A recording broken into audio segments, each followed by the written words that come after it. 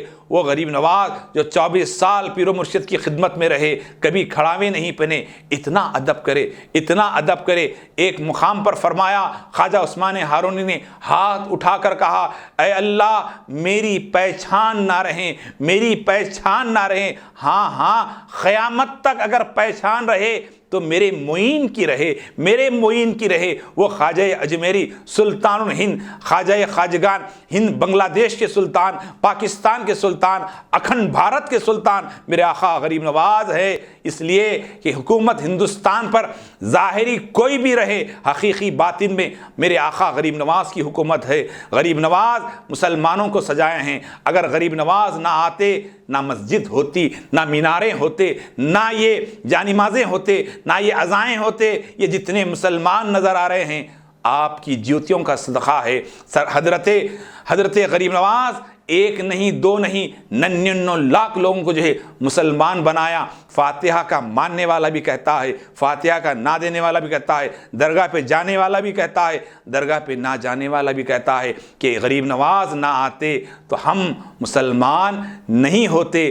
ہمیں احسان ماننا ہوگا۔ اگر ایمان ہے، اللہ کی اس کے رسول پہ ایمان ہے، تو ہمیں احسان مند ہونا ہوگا کہ غریب نواز کے صدقے میں اللہ نے ہمیں دین دیا ہے۔ بزرگ اور دوستو، آپ کو ہم کو چاہیے کہ غریب نواز آئے کیوں؟ غریب نواز آئے کیوں؟ انسان کو انسان سے جوڑنے کے لیے آئے، محبت کو بانٹنے کے لیے آئے، نفرتوں کو ختم کرنے کے لیے آئے۔ آج ہم کسی کو مسلمان تو بنانا دور کی بات ہے، ہم جس کو پیدا کرے، ہم سے جو اولاد ہوئی، ہم اس کو دیندار نہیں بنا سکتے۔ کسی کو مسلمان بنانے کی دور کی بات ہے۔ وہ دور خانقاہوں میں دین تقسیم ہوتا، اصلاح ہوتی، قلب کو روشن کیا جاتا، لیکن آج جب سے ہم دیکھ رہے ہیں کہ لوگ نماز تو پڑھ رہے ہیں لیکن دل نماز میں نہیں ہے۔ ہم آج مسلمان تو ہے لیکن ہمارا دل صاف نہیں ہے۔ آج ہم انہیں منافق، انہیں کافر، انہیں مرتد، انہیں مشرک، ہم تو فتوے بانٹنے میں لگے ہوئے ہیں۔ لیکن غریب نواز کا آنے کا مطلب یہ تھا، غریب نواز کے آنے کا مقصد یہ تھا کہ مسلمان ایک ہو جائے، غریبوں کا خیال کرنے والا ہو جائے، یتیموں کا خیال کرنے والا ہو جائے، بزرگوں کا خیال کرنے والا ہو جائے، محتاجوں کی مدد کرنے والا ہو جائے۔ اس بھارت کو جو سجایا میرے غریب نواز نے، گلستان بنایا تھا میرے غریب نواز۔ کیسا گلستان! ارے آپ کا مرتبہ و مقام یہ ہے کہ آپ ایک مرتبہ ایک مرتبہ ایک مقام سے گزر رہے ہیں، کیا دیکھتے ہیں کہ لوگ آگ لگا کر اس کو پوج رہے ہیں۔ لوگوں سے کہا یہ کیا کر رہے ہو؟ کہا یہ آگ ہے، جلاتی ہے، طاقتور ہے، لوہے کو جلاتی ہے، لکڑی کو جلاتی ہے، پتھر کو جلاتی ہے، ہم اس کو پوج رہے ہیں۔ کہا نہیں، سب کا مالک وہ اللہ ہے، وہ سب کا مالک رب العالمین ہے، اس کی عبادت کرو۔ نہیں یہ آگ بہت بڑی ہے، آگ جلائے گی۔ غریب نواز نے کیا کیا، ایک بچہ وہاں پر تھا جس کا اس بچے کو لے کر، انہی مذہب کے بچے کو لے کر آگ میں چلے گئے۔ 1 گھنٹہ رہے، 2 گھنٹے رہے، 3 گھنٹے رہے، لوگ بجھانا چاہے، بچہ ہمارا مر جائے گا، بچہ ہمارا مر جائے گا۔ درویش فقیر نے ہمارے بچے کو مارنے کے لیے خود بھی مر گیا اور بچے کو بھی مارنے چلے گیا، اس طرح کے الفاظ ادا کرنے لگے۔ غریب نواز 3 گھنٹے کے بعد باہر آتے ہیں، بڑی سی آگ کے باہر آتے ہیں۔ ایک آگ کا تو آگ راغ بھی نہیں لگی، دھبے بھی کالے نہیں لگے۔ باہر آئے، بچہ مسکراتا ہوا باہر آیا۔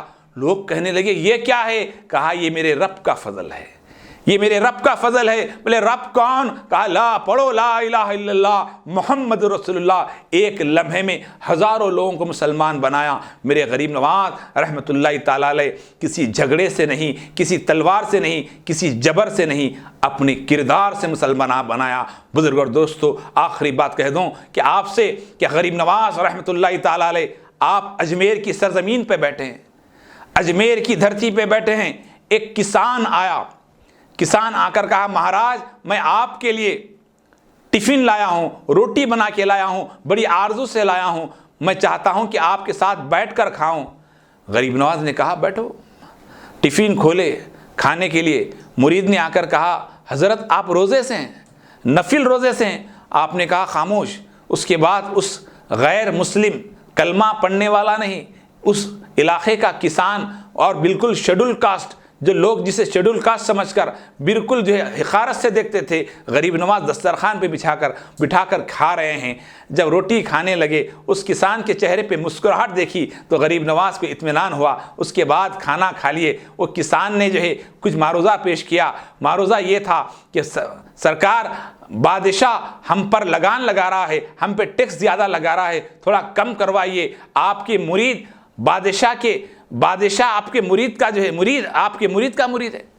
بادشاہ سرکار غریب نواز رحمۃ اللہ تعالی علیہ کی جو مرید ہے حضرت خواجہ قطب الدین بختیار کاکی رحمۃ اللہ تعالی علیہ، جن کا غلام وقت کا بادشاہ شمس الدین التمش دہلی کا بادشاہ جن کا مرید ہے۔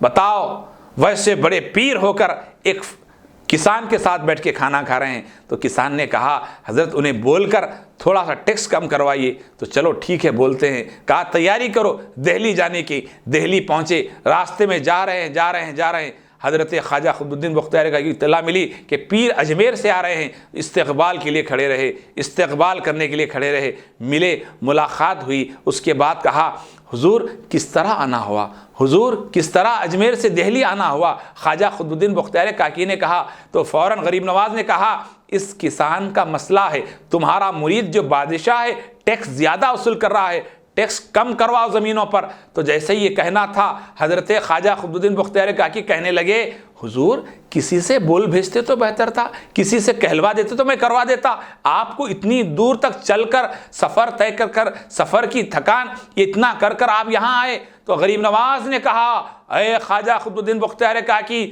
سنو، یہ میں کسی سے بول کر کروا دیتا، لیکن اس کے اطمینان کے لیے، اس کے دل کو خوش کرنے کے لیے میں یہاں تک چلتا ہوا آیا ہوں۔